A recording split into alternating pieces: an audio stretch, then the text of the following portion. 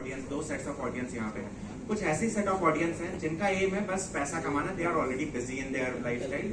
तो पता है, अगर लेट सपोज आपको खुद की मेहनत नहीं करनी है तो आपके लिए ऑलरेडी फंड मैनेजर्स और एक्सपर्ट लोग बैठे हुए हैं।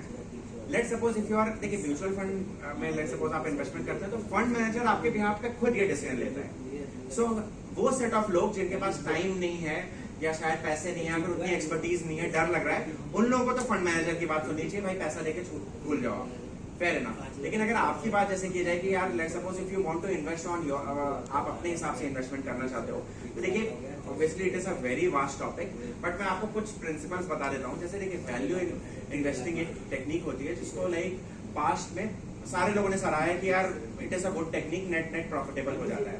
तो मेरे हिसाब से कोई भी न्यू एंट्री इन्वेस्टर को वैल्यू इन्वेस्टिंग टेक्निक्स पे फॉलो करना चाहिए। अब उसकी क्या फीचर्स होते हैं मैं बताता हूँ आपको। फर्स्ट चीज देखिए, वैल्यू इन्वेस्टिंग क्या होता है, उसका कॉन्सेप्ट क्या होता है कि यार जो स्टॉक अपनी एक्चुअल रियल वैल्यू से अंडर वैल्यूड है उसको ले लो, सो दैट जब वो रियल वैल्यू पे जाए तब बेच दो, तो ये जो 10-15 रुपए जो सस्ता मिल रहा है, 5% का डिस्काउंट जो मिल रहा है, वो आपको प्रॉफिट दे देगा।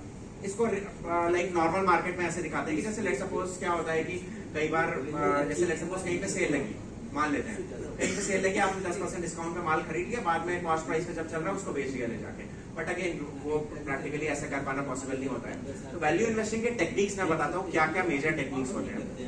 देखिए एक एक्चुअली इतना ज्यादा डिटेल में बताना तो थोड़ा सा सही नहीं होता है, बट देखिए एक स्ट्रेटेजी मैं फॉलो करता हूँ। स्ट्रेटेजी को मैंने नाम दिया है doctor less. D for direction of the market, कि यार D for direction of the market, कि यार कौन डायरेक्शन ऑफ द मार्केट या फिर सेक्टर, जैसे लेट सपोज जिस सेक्टर की आप इंडस्ट्री को एनालाइज कर रहे हो तो पहले चेक करो कि उसका डायरेक्शन क्या है, क्या ऊपर के है कि क्या नीचे के है कि क्या साइडवेज है। तो लेट सपोज आपको निवेश करना है तो आपको वो वाला सेक्टर, उन सेक्टर को चुनना है जो अभी ऊपर की तरफ जाने के लिए शुरू हो चुके हैं। ठीक है। दूसरा डॉक्टर में दूसरा टर्म है आर। आर से आपको ये देखना है कि क्या उसके प्रॉफिट्स, आर मतलब राइज एंड प्रॉफिट्स, तो आपको ये देखना है कि भाई क्या उसके प्रॉफिट निरंतर बढ़ रहे हैं या नहीं बढ़ रहे हैं। एटलीस्ट 5 इयर्स का प्रॉफिट का इवैल्यूएशन आपको करना है, एटलीस्ट 5 इयर्स का प्रॉफिट का इवैल्यूएशन करना है। थर्ड पॉइंट है डॉक्टर लेस का L. L means leader stock. L मतलब लीडर स्टॉक, मतलब ये कि देखिए कभी भी मार्केट जब गिरता है, कुछ खराब दौर आता है, कोविड जैसा, कुछ भी ऐसा रिस्की सिचुएशन आती है, every sector and every stock falls. गिरते टाइम तो सब गिरता है, लेकिन बढ़ते time sector leaders take the maximum advantage, because छोटे छोटे लोगों का सफाया हो जाता है मार्केट से।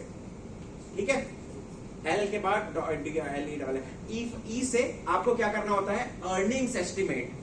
ई मतलब अर्निंग एस्टिमेट, अर्निंग्स प्रोजेक्शन, जिसका प्रोजेक्शन बेसिकली पता चलता है कि आपको देखना होता है, एक कंपोनेंट होता है earning per share. Earning per share के कंपोनेंट को अगर आप एनालाइज करते हो तो आपको ये दिखता है कि यार स्टॉक जो आपने पैसा डाला है, जैसे एक शेयर पे कितने रुपीस का मुनाफा आया है, तो अर्निंग पर शेयर में कितना राइज आया है, इसके बेसिस इसका पता है एस्टिमेट भी निकलता है। इसके ही एस्टिमेट से एक कंपनी की वैल्यू निकलती है जिसको कहते हैं इंटरप्राइज वैल्यू। एक फॉर्मूला, एक वैल्यू होती है, जैसे एक होता है, आप लोग मार्केट कैप आज तक समझते होंगे कि मार्केट कैप मतलब शेयर का price into number of shares. Enterprise value एक ऐसी वैल्यू होती है जो बेसिकली इनकॉर्पोरेट कर देती है चीजों को। जैसे लेट सपोज मान लेते हैं सरकार ने जीएसटी पे 18% से मान लेते हैं उस पर्टिकुलर प्रोडक्ट को 5% के जीएसटी पे कर दिया, तो अचानक से सडन राइज इन प्रॉफिट्स होगा, अर्निंग एस्टिमेट बढ़ जाएगा। तो ये चीज आपको देखनी होती है। डॉक्टर एस, 2 एस होते हैं।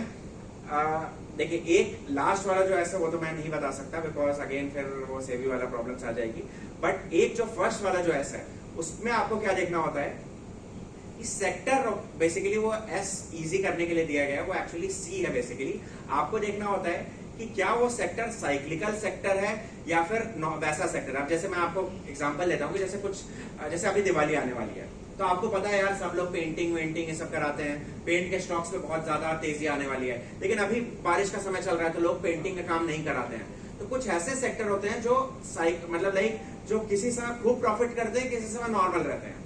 फार्मा स्टॉक, ठंडी के समय में लोग और ज्यादा बीमार होते हैं, वैसे तो दिन भर 24/7 बीमार होते हैं, मतलब ऐसे जनरली होता है, बट ठंड में थोड़ा सा और ज्यादा बीमार होते हैं। ये कुछ ऐसे सेक्टर हुए। लेकिन on the other hand there are certain sectors like services sector.